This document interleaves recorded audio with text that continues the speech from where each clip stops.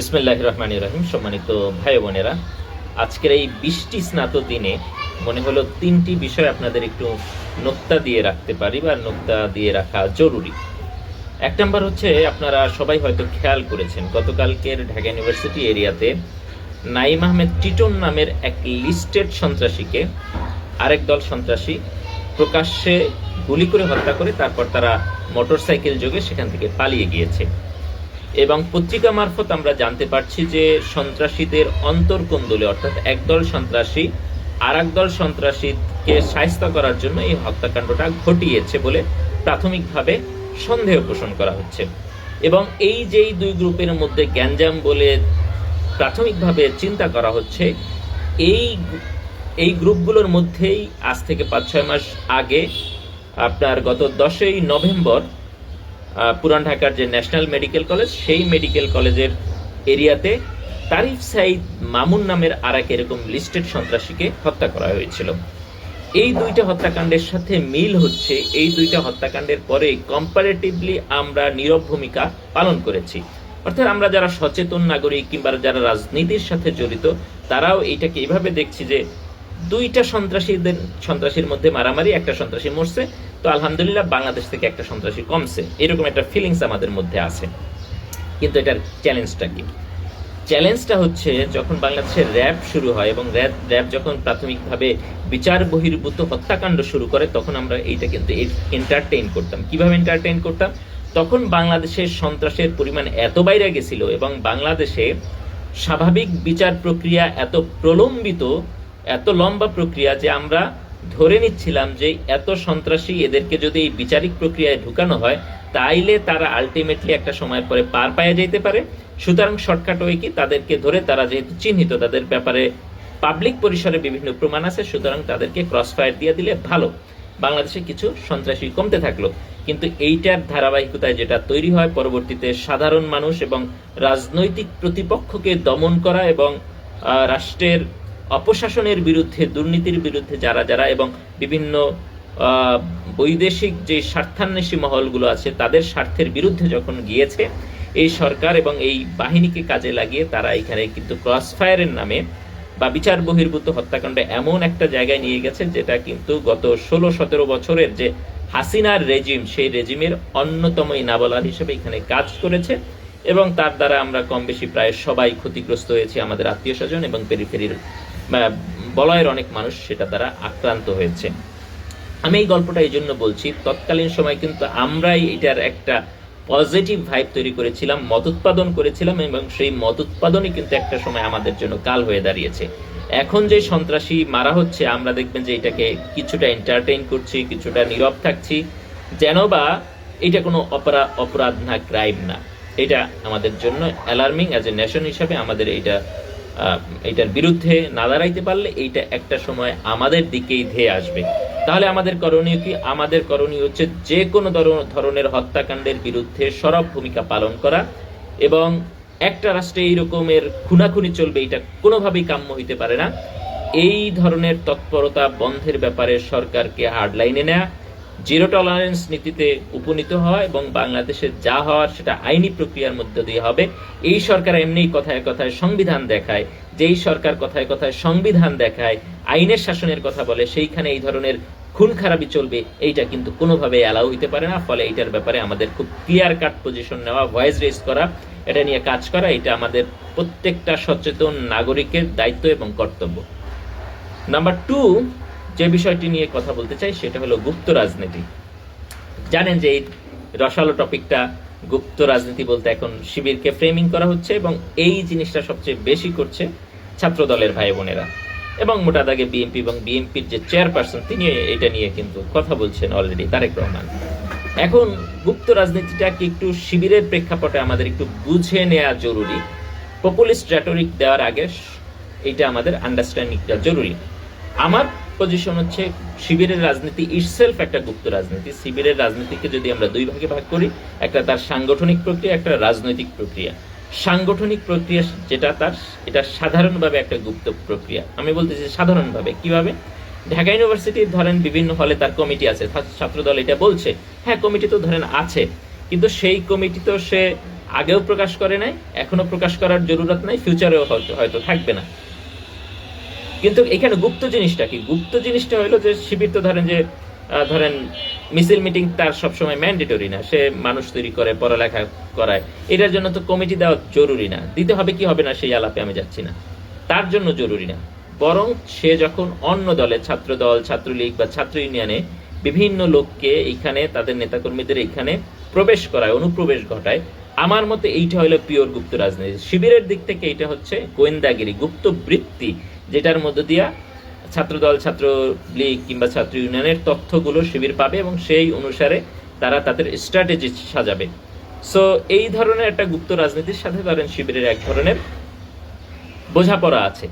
কিন্তু ছাত্রদল গুপ্ত রাজনীতি বলতে এখন যেটা বোঝাচ্ছে যে তারা বারবার বলছে কমিটি প্রকাশ করতে, তার মানে শুধুমাত্র এই গুপ্ত বৃত্তি না, তারা গুপ্ত রাজনীতি বলতে এই যে টোটাল যারা শিবিরের সাথে জড়িত তাদের নাম প্রকাশ করাটাকেই তারা না করাটাকেই তারা গুপ্ত রাজনীতি হিসেবে ট্রিট করছেন। তাহলে আমার কোশ্চেন হচ্ছে বা আমার কনসার্নের জায়গা হচ্ছে, মানে এতক্ষণ যেগুলো বললাম এটা কনসার্ন না গুপ্ত রাজনীতি পরে, কনসার্নের জায়গা হচ্ছে 5 তারিখের পরে, অভ্যুত্থানের পরে আমরা দেখেছি হিজবুত তাহরির খুব অ্যাক্টিভ রোল প্লে করেছে ঢাবি এবং তৎসংলগ্ন এলাকায়।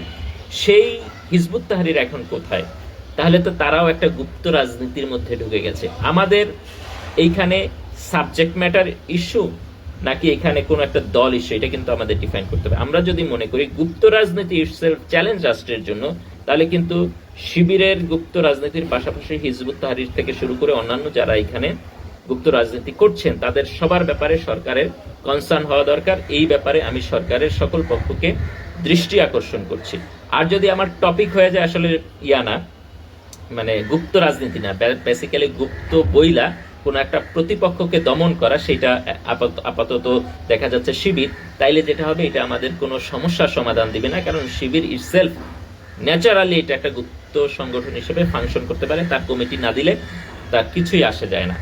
সে রাজনীতিটা তখন করবে না, এখন ধরেন সে ওপেন রাজনীতি করতেছে, করবে না, বা আগামী 3 বছর ওপেন রাজনীতি করবে না, এরপর আবার কমিটি সামনে এনে এরপর তারা আবার ডাকসু বা অন্যান্য ন্যাশনাল পলিটিক্সটা করবে, তার তো কোনো সমস্যা নাই। ফলে আমি মনে করি আমাদের ছাত্র দলের, বিএনপির যে ভাই বোনেরা আছেন, আপনারা যদি আসলেই গুপ্ত রাজনীতির ব্যাপারে কনসার্ন হন, তাহলে আপনারা হিজবুত তাহরির থেকে শুরু করে আরো যারা যারা গুপ্ত পলিটিক্স করতেছে, বামরা, বিভিন্ন বাম সংগঠন এখানে গুপ্ত রাজনীতি করতে পারে, সবার গুপ্ত রাজনীতির ব্যাপারে আপনার স্পষ্ট ভয়েস ক্রিয়েট করা জরুরি। নাম্বার 3 হচ্ছে একটু বাকশালের স্মৃতিচারণ করতে চাই।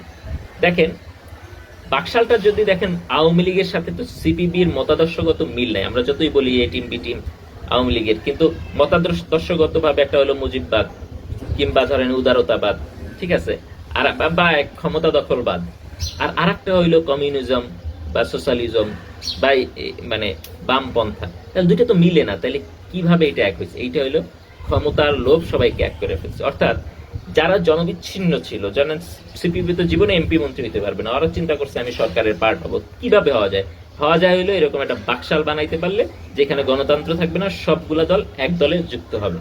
তা আমাদের এই সময় আইসা দেখবেন যে জুলাইয়ের পরে এক ধরনের নতুন বাকশাল, যে বিভিন্ন দল টল যায় এখন একটা দলে যোগদান করতেছে, এটারে আবার বসন্ত বলা হইতেছে, ইত্যাদি বলা হইতেছে। তো তারা মনে করতেছে যে আমরা নিজেরা তো ছোট দল, জনবিচ্ছিন্ন, ভোট পাইছি 600, 100, 200, 300, সুতরাং আমাদের দিয়ে তো হবে না। সো আমরা কি করতে পারি, অমুক একটা দলে যায় যোগ দিয়া দেখি আমাদের একটা রাজনীতি যদি দাঁড়ায়। অর্থাৎ 71কে কেন্দ্র করে, 71-এর এই যে মানে ফ্রেমিং, মানে ওইটার কিন্তু বাকশালের বৈধতা ছিল, কিন্তু 71 যে 71-এর পক্ষের শক্তি সবাই বাকশালে থাকবে। এখন একটা জিনিস পোর্ট্রে করার চেষ্টা করা হয়েছে, 24-এর সকল শক্তি এক জায়গায় থাকবে, অর্থাৎ একটা ডাম্পিং স্টেশন বানানো হচ্ছে নতুন করে। বাকশাল একটা ডাম্পিং স্টেশন ছিল, সকল গণতান্ত্রিক শক্তি টক্তি বা এখানে মুক্তিযুদ্ধের পক্ষের যে রাজনৈতিক দলগুলো ছিল এখানে ঢুকায়া বাংলাদেশকে কিন্তু আপনারা জানেন 75-এর দিকে পরিচালিত করা হয়েছে।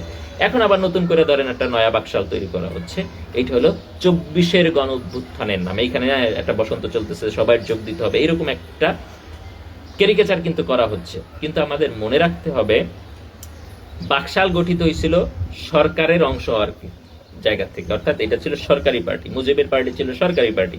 আর এখন যে আপনারা নয়া বাকশাল বানাইতেছেন, যেটাকে 24 মানে এখানে থাকতে হবে, এই যে একটা বয়ান উৎপাদন করতেছেন, এটা কিন্তু সরকারি দল না, বিরোধী দলও না, বিরোধী দলের একটা পার্ট। অর্থাৎ এইটা হইলো আমি যেটাকে বলি যে জামাত ইসলামের বিএনপি, ঠিক আছে, মানে জামাতের অধীনস্থ বিএনপি।